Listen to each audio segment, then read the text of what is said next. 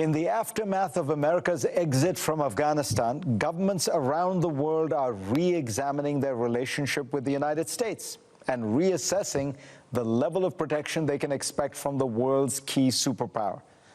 Top of that list is almost certainly Taiwan, but let us not forget about Ukraine, which continues to be embroiled in conflict with Russia. Moscow, of course, annexed Crimea by force from Ukraine in 2014. And Russia's President Putin doesn't hide his obsession with his neighbor. He published a long essay this summer casting doubt on Ukraine's right to be a sovereign, independent nation. Just last week, Ukraine's President V.ЗЕЛЕНСЬКИЙ was in Washington for meetings with President Biden and other top U.S. officials. President Zelensky joins me now. Welcome, sir. Thank you so much, sir. Thank you. So let me ask you, looking from the outside, it feels like you are in a very difficult situation.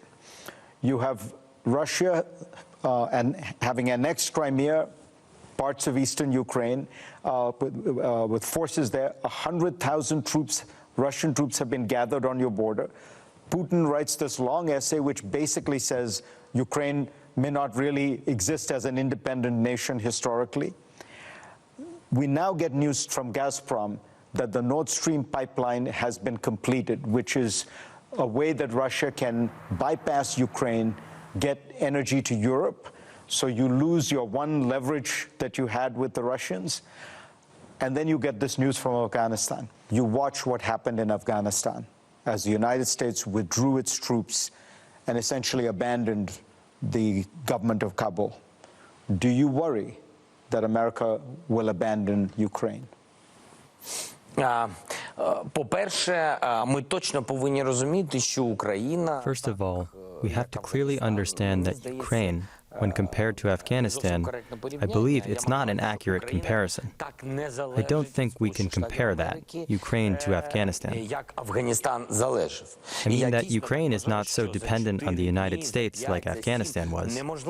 And I really believe that in 4 or 5 or 7 days, you can't take such a big country geographically as Ukraine, with such a quite big population, and simply occupy it like that.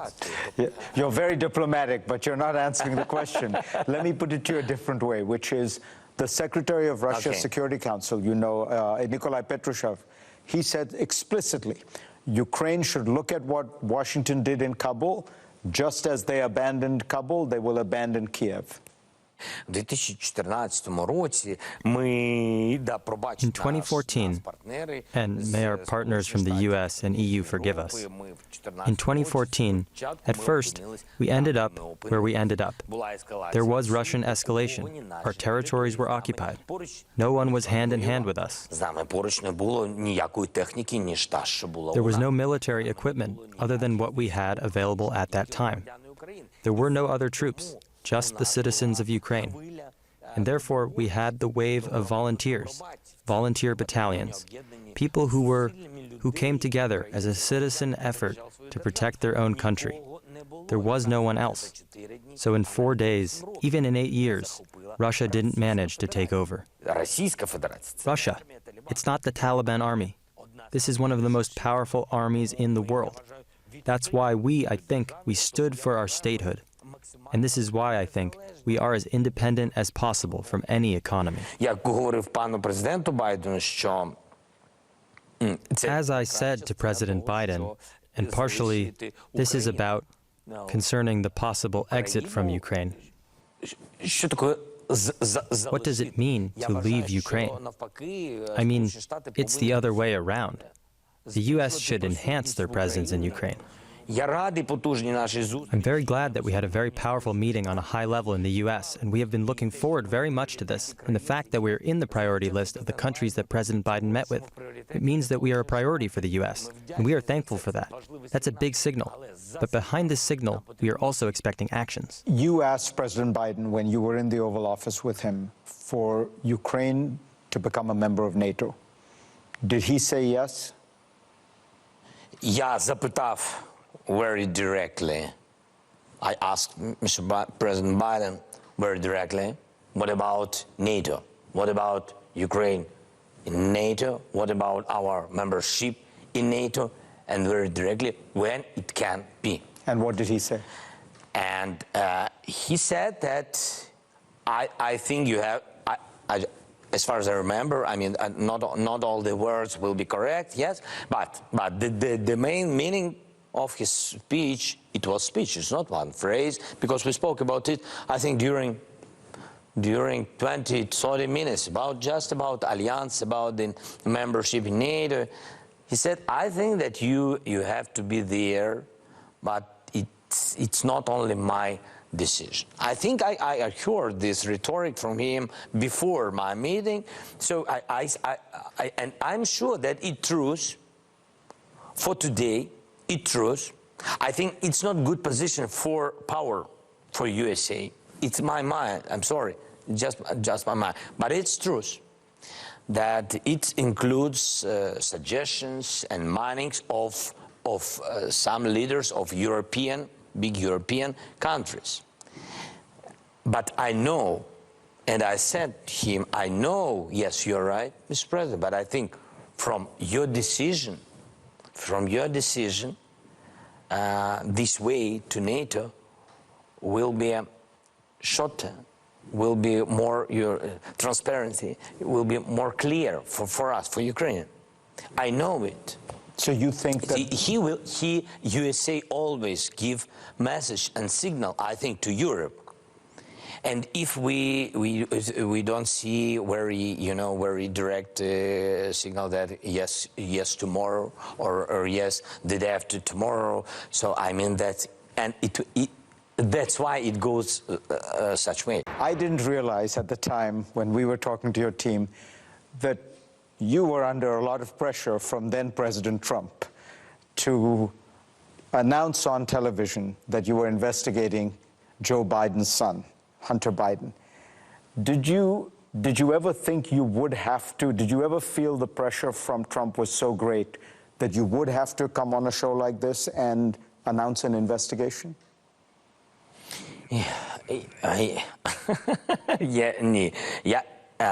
No.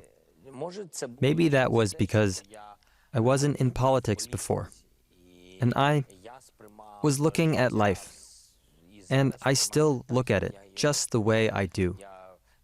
I have to work a lot, a whole lot. I have to pay taxes, and I want to go down in history and gain success. That was my credo before I became president, and I was always happy when there was a victory and the Ukrainian flag would come up, but also when America would win TV awards and outplay us, or in sports, when they would outperform.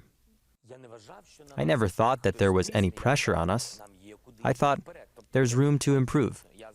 So that's ambitious. I always thought that we are an independent country, and I feel like an ambitious, independent person who has to learn every day from the best. So that's why my conversation with President Trump was along the same lines.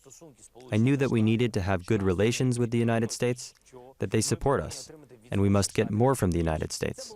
This was my objective. That's why you wanted the White House meeting.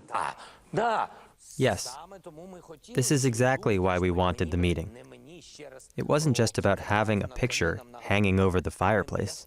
I mean, I'm very at ease with this. I'm very easygoing with these things. He is the President of the United States. This is not Robert De Niro. To me, Robert De Niro was my idol, you know. With him, I would talk casually, regardless of whether there would be assistance or not, before I became president. And here, this is serious stuff. This is at the level of the person on which the stability of our country depends, and the assistance to my country. We need a relationship. Did it strike you as odd or disappointing that here's the United States telling Ukraine to clean up its corruption, and then the President of the United States is asking you to do something that was not very straightforward? He was asking you to do something to help his re-election campaign. I didn't feel that he was making me do something, and I was telling the truth then. I didn't feel such pressure. As I said, quite ambitiously, I'm the president of my country. No one can pressure us. So this wasn't just my diplomacy and public position. I didn't feel it. Even if it was in someone's head, and someone had those plans. I wasn't ready to feel this, and I am not ready. I don't feel that. I was thinking about my country, about the assistance. I didn't want to jeopardize the military aid. And I wanted to have another meeting at the White House, because my country needed this.